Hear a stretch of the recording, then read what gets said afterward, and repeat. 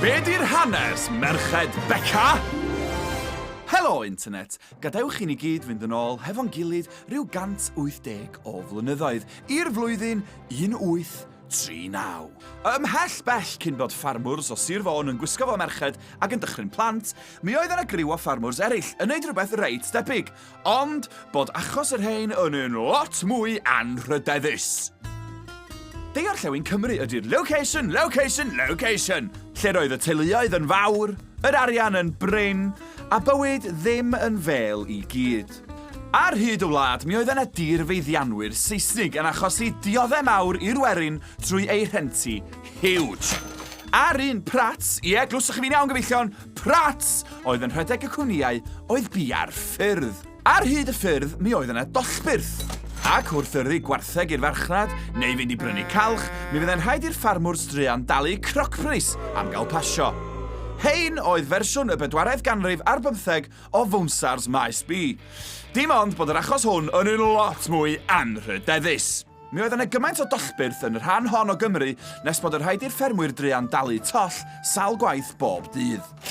Fel ddudodd Mrs Pritchard wrtha I yn yr ysgol gynradd ers talwm, digon yw digon. Too fucking right, digon yw digon, heblaw Rebecca di enw'r hogan yn ei stori ni, dim Mrs Pritchard. A dim hogan oedd I chwaith, ond dyn yn arwain gang o ddynion mewn dillad merched a'i hwynebau wedi peintio'n ddi, oedd, yn wahanol I chi, Justin Trudeau a Ffermwyr Ifin Ceddiw, yn dderbyniol achos fod hwn yn achos anrhydeddus. Pam Rebecca? Rhywbeth yn y Beibl medden nhw, roedd hein yn bobl grefyddol. Ond hefyd yn bloody berig bywyd. Contiaid cemsydd gyhyrog, cryf fel y diawl ychan. Supercharged Joskins oedd wedi hen syrffedu ar y drefn anheg. Ac mi wyddoch chi gyd be ddigwyddodd wedyn, siaws. Feit! Wel, nid feit yn union, ond dinistyr, tryblydd, llanast, pren maluriedig ac English country gentleman gyda egos sor. Ac yn fwy na dim blantos, cyfiawnder.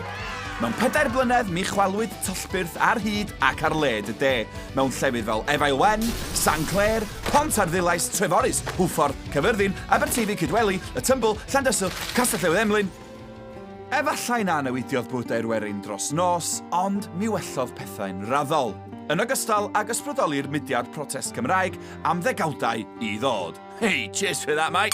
Mae'n gysylltiad agos rhwng Merched Beca a thraddodiad y ceffyl pren yn ardal y de-orllewin. Ond, fel maen nhw'n deud yn Llan Toronto fab y Crwyddyn, stori arall ydi honno. Tan tro nesa, ffarwel! Niol I gyd yn ei dill. Niol.